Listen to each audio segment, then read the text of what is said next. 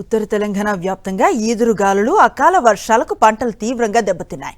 కరీంనగర్ జిల్లా కొత్తపల్లి మండలంలో పలు గ్రామాల్లో పంటలు నేలకొరిగాయి. ఉమ్మడి జిల్లా వ్యాప్తంగా నిన్న రాత్రి నుంచి వాన కురుస్తోంది. కొన్ని చోట్ల రాళ్ల వానలు, మరికొన్ని చోట్ల ఉరుములు మెరుపులతో కూడిన వర్షాలు పడ్డాయి.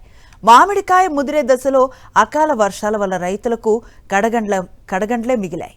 కోతకు సిద్ధంగా ఉన్న పసుపు పంట దెబ్బతింది. అకాల వర్షాలతో పంట దెబ్బతినటంతో రైతులు తీవ్ర ఆవేదనలో మునిగిపోయారు. పెద్దపల్లి వ్యాప్తంగా ఈదురుగాలులతో కూడిన అకాల వర్షం బీభత్సాన్ని సృష్టించింది. ఓదెల, కాల్వ శ్రీరాంపూర్, సుల్తానాబాద్, ఎలిగేడు మండలాల్లో రైతులను తీవ్రంగా దెబ్బతీసింది. వందల ఎకరాల్లో మొక్కజొన్న పంట నేల కొరిగింది. మామిడికాయలు రాలిపోయాయి. భారీగా పంట నష్టం వాటిల్లటంతో రైతులు తీవ్ర ఆవేదన వ్యక్తం చేస్తున్నారు. ప్రభుత్వం వెంటనే స్పందించి నష్టపరిహారాన్ని చెల్లించాలని అన్నదాతలు కోరుతున్నారు. అలా రాత్రి వాన గాలి ద్వారంతో కొమ్మలు ఇరిగినాయి. మామిడికాయలు మొత్తం సగం రాలినాయి. మమ్మల్ని ప్రభుత్వం ఆదుకోవాలి. మరి మొన్న వర్షం, నిన్న గాలి ద్వారం, రాత్రి ఫుల్ గాలి ద్వారం వచ్చింది. కొమ్మలు కూడా బాగానే ఇరిగినాయి. కాయలన్నీ రాలిపోతున్నాయి. ప్రభుత్వం ఏదన్నా సహాయకరం చేయాలి, ఆదుకోవాలి. మరింత సమాచారాన్ని మా ప్రతినిధి రమణ అందిస్తారు. ప్రతి ఏటా ఎండాకాలంలో అకాల వర్షాలు, ప్రకృతి వైపరీత్యాలు రైతులను దెబ్బతీస్తూనే ఉన్నాయి. ఈసారి కూడా నిన్న రాత్రి నుంచి కురిసిన వర్షము, అదేవిధంగా ఈదురుగాలులతోని ఉమ్మడి కరీంనగర్ జిల్లా వ్యాప్తంగా పంటలకు అపారమైన నష్టం వాటిల్లింది. ముఖ్యంగా చేతికొచ్చే దశలో మామిడి పంటకు తీవ్ర నష్టం వాటిల్లింది. రైతులంతా లబోదిబోమంటారు. మరొక వైపు మొక్కజొన్న చాలా చోట్ల కూడా నేల కొరిగిపోయిన పరిస్థితి. అదేవిధంగా వరి పంట కూడా పూర్తిగా దెబ్బతిన్నది. మనం ప్రస్తుతం కొత్తపల్లి మండల కేంద్రానికి కూతవేడు దూరంలో ఉన్నాం. కరీంనగర్ శివార్లలో ఉన్న ఈ పంటను ఒకసారి పరిశీలిద్దాం. నేను మీకు నువ్వు పంట చూపిస్తున్నాను. నువ్వు పంట చాలా కాస్ట్లీ పంట. వాస్తవంగా ఈ చిరుధాన్యాలను పండించే రైతులే తక్కువ. కానీ నిన్న రాత్రి నుంచి వీచిన ఈదురుగాళ్లకు మొత్తం పంట అంతా కూడా నేల కొరిగిపోయి ఇప్పుడు రైతులు లబోదిబోమంటారు. ప్రస్తుతం ఈ నువ్వు పంట వేసిన 2 ఎకరాల్లో నువ్వు పంట వేసిన ఎడ్ల రాములు, కొత్తపల్లికి చెందిన రైతు మనతో పాటున్నారు. అదేవిధంగా మిగిలిన రైతులు కూడా ఉన్నారు. వారితో ఒకసారి మాట్లాడదాము. ఇది ఎట్లా జరిగిందో తెలుసుకునే ప్రయత్నం చేద్దాం. అన్న రావణ, ఏమైంది అసలు రాత్రి?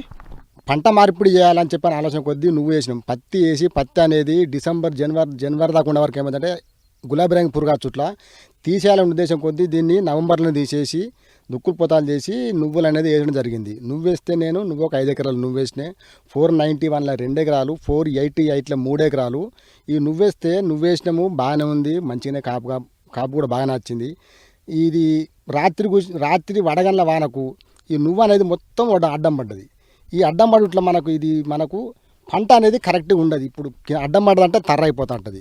ఈ పంటలు వేసేటోళ్ళే చాలా కష్టం ఈ రోజులలో. ఈ వేసినందుకు ఈ భగవంతుడు అకాల వర్షాలు ఇవి చేయబట్టి ఇప్పుడు ఇట్లా నష్టపోతే మరి మాకు ఆదుకుంటూ లేవాలి. ఇక్కడ మా పరిస్థితి ఏంది? ఈ చేసేటోళ్ళే లేరంటే ఇదో పరిస్థితి. మాకు ఇది తగని పరీక్ష మాకు ఇక్కడ. ఇప్పుడు ఇంకా వాతావరణం ఇంకా కూడా అట్లాగే ఉంది కదా. ఇంకా వర్షాలు పడితే ఇంకా ఇంత అక్కరాకుండా అయిపోతుంది. ఇది ఏంటంటే ఇంకా మళ్ళీ వర్షాలు పడితే ఇంకా కూడా అక్కర్రాదు ఇంత. ఇప్పుడన్నా ఇంకొక సగం ఉంది, సగం అట్లా ఏంది. కానీ మిగతా మళ్ళీ వర్షం పడ్డట్టయితే మొత్తం భూమి కరుగుతుంది మొత్తం అట్టిగానే పోతుంది. ఇక అంటే ఎంత పెట్టుబడి పెట్టిండ్రు, దీనికి ఎంత ఖర్చు పెట్టిండ్రు? మరి దాదాపు ఎకరానికి 40,000 ఖర్చు వస్తుంది అన్న. ఎకరానికి 40,000 ఖర్చు వస్తుంది. నేను 5 ఎకరాలు పెట్టినాం.